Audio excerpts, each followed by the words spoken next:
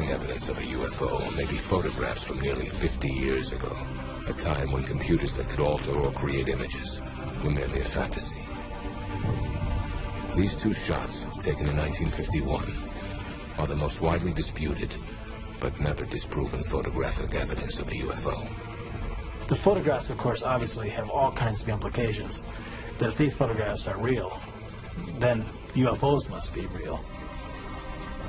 For a conclusive analysis of these remarkable photos, we obtained the original negatives and brought them to the Brooks Institute of Photography in Santa Barbara, renowned for its definitive study of the Shroud of Turin.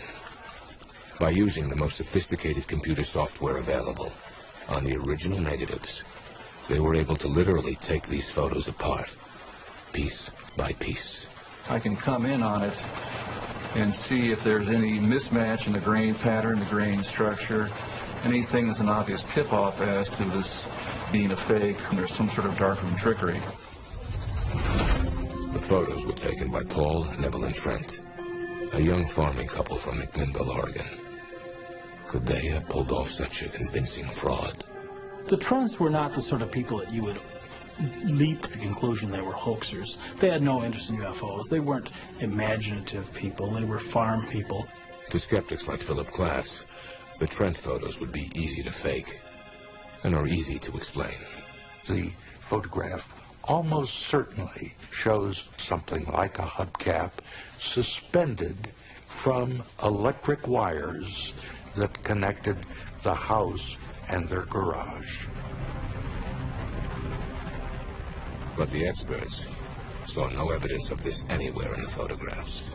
There's no sign, no hint of anything suspending the object, a thread, a wire.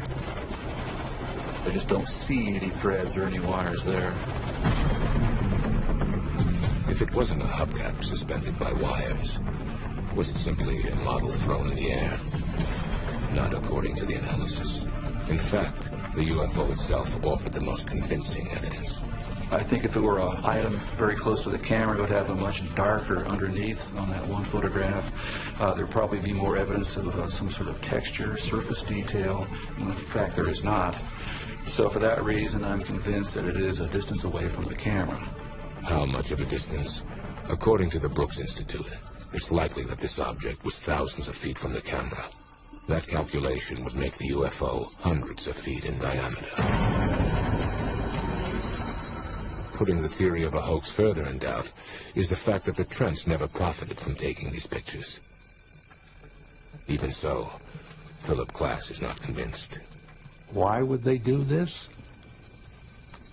To achieve fame? To see if they could fool the experts? If this was, in fact, what the Trents were after, if they actually did fake these famous photos, then they somehow did a better job 50 years ago than the sophisticated computers of today. As it stands, these two famous photographs cannot be debunked by the experts, and they remain unexplained.